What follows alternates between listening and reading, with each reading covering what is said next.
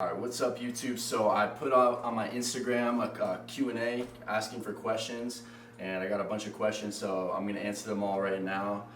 First one is from Parker. He said, are you pulling in St. George on October 1st or the Brazent Cup in November? Brazent Cup is fucking awesome. I did that last year in November, which was a fantastic tournament. I love how it was triple elimination. It was definitely a great memory. A lot of high level pullers there. It was like Eric Wolf, Justin Green, there was Don Brzezinski was there, Cody Merritt, there were so many like high level guys, AJ Henson, Jordan Sill, like amazing athletes. So it's in November. I know it's like a 6.5 hour drive or something like that from Vegas, so I'll see if I can make it, but definitely would like to because that tournament is fantastic. It's a lot of fun, so I'll see what I can do on that. Ariel, Mr. Ariel Demolition Puller is asking, favorite cheat meal? I would have to say burger and fries for sure. Definitely just a good ass fucking burger, some fries, all that sodium, some ketchup on there too. I like a lot of ketchup, something that's filling, fill up my muscles with glycogen. So that's my favorite cheat meal. Oscar said, how's that Vegas pulling video? Was it fatiguing to pull all those people on the strip? Honestly, it adds up, even though everyone out there is not that strong and they're all beginners, but when you go for 20 minutes straight, it does start to fatigue you a little bit, especially on the right. My right is a little bit less dominant than my left, but I'm just kind of holding them a lot of the time. And that's why you'll see in that recent video near the end, there's this one dude who gave me a solid match in the hook on the right. I'm like, oh shit. Like, it was way closer than I wanted it to be. I'm not trying to lose $100 because, so nobody still has beaten me, but it depends. Some days it's not fatiguing at all. If there's so many people coming out one after another arm wrestling me, then it can add up. It can start to get fatigued my arms. But Caleb is asking, how you been, big man? I've been good. Been grinding on arm wrestling, grinding in the gym. Good to see you grinding in the gym as well. I seen your lifts on Instagram. Keep it up, dude.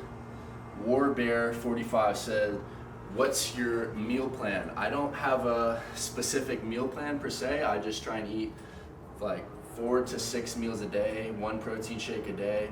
I'm trying to get protein and carbs with every single meal. I'm eating roughly every 2 to 3 hours. I'm trying to keep myself constantly in an anabolic state, constantly eating.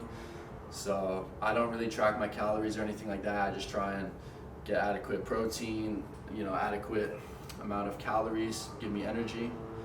Another question here. How many hours from, Robert Velez? How many hours do you train your arm for arm wrestling? Like in total or during the week? I'll answer during a week.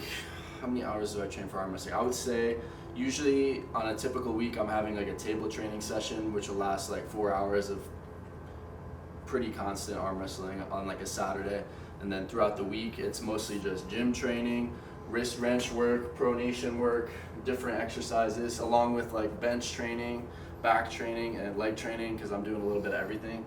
So how many hours in total? Well, I'm at the gym every day, so roughly, I don't know, 14 hours because I work out for about 2 hours. So 14 hours a week I'm training just in general.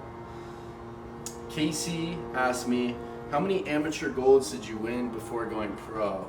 Let's see, my first tournament was a couple months after I started in 2019, summer of 2019 in Patterson. I got first place on left hand and I got second place on right hand, so that was 1 amateur gold. Then my next tournament was several months later at the LA Fit Expo in 2020, January 2020, and my right arm was injured at the time. I had popped my tendon like 3 weeks before, popped my tricep tendon, but I went first on left hand in my weight class, so that would be 2 amateur golds, and I think it was only those 2 amateur tournaments and then I already went to pro, I'm pretty sure. Yeah, it was those 2, and then would have been the next year in 2021 I competed at Hawthorne. It was my first pro tournament, which is fucking absolutely stacked tournament.